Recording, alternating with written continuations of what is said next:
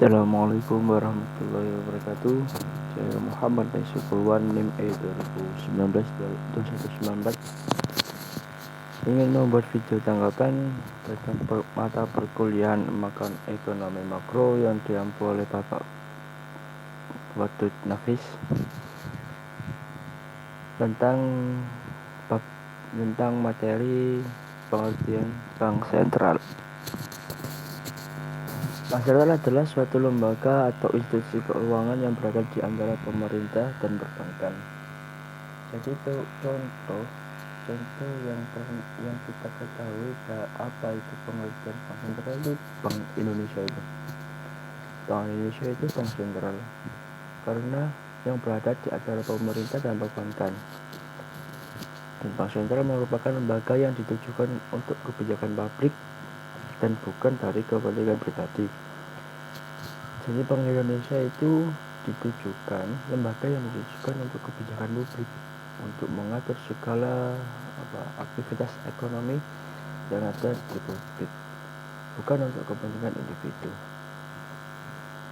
Nah, suatu lembaga atau suatu apapun itu pasti mempunyai fungsi.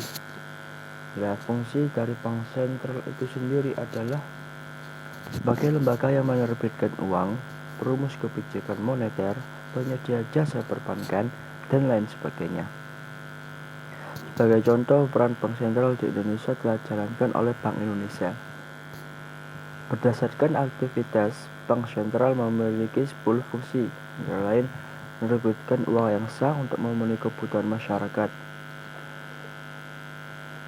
Jadi lembaga atau fungsi dari Bank Indonesia sendiri yang pertama itu menerbitkan uang yang sah. Jadi Bank Indonesia menerbitkan uang yang sah lalu didistribusikan kepada masyarakat.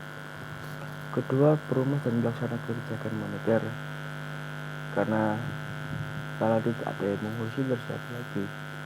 Ketiga, penyedia jasa perbankan dan sebagai pengelola pinjaman pemerintah.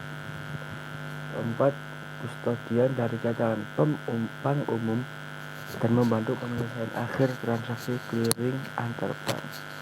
5. Menjaga kebutuhan sistem keuangan dari beberapa situasi ekonomi, juga bertindak sebagai emergency letter of last resort dan serta pengawas kehati-hatian perbankan. Keenam, pelaksana dari kebijakan pemerintah di bidang nilai tukar dan sebagai kustodian dari sebagai devisa negara serta membantu negara dalam mengelola cadangan devisa. Jadi Bank Indonesia itu juga pelaksana kebijakan pemerintah dinilai bidang nilai tukar dan nilai tukar uang, itu semua ada di Bank Indonesia. Ketujuh, perumus dan pelaksana kebijakan untuk mendorong pertumbuhan di suatu negara. Jadi Bank Indonesia itu juga melakukan perumusan dan pelaksanaan kebijakan untuk mendorong perekonomian suatu negara, terutama di negara berkembang seperti Indonesia ini. 8. Nasihat pemerintah terkait kebijakan ekonomi. Jadi Bank Indonesia itu juga ikut andil dalam menasihati pemerintah ketika pemerintah mengambil kebijakan ekonomi, karena dipandang memiliki keahlian mengenai hal-hal yang berkaitan dengan bidang ekonomi dan keuangan. Ke-9, lembaga keuangan yang berpartisipasi dalam kerjasama pengaturan moneter internasional. Jadi Bank Indonesia itu gak hanya mengurusi kebijakan moneter di Indonesia saja, tapi juga ikut andil dalam pengaturan moneter internasional.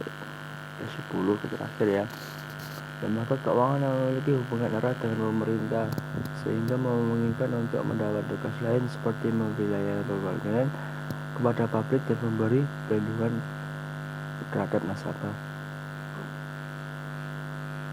Jadi Bank Indonesia itu juga memiliki hubungan sangat erat dengan pemerintah, karena untuk memungkinkan mendapat tugas lain seperti memberikan layanan yang di bank-bank itu kepada publik dan memberikan perlindungan kepada nasabah. Sekian dari saya. Jika ada tutur kata yang salah, saya mohon maaf. Wabillahi taufiq wal hidayah wa ridha inayah. Wassalamualaikum warahmatullahi wabarakatuh.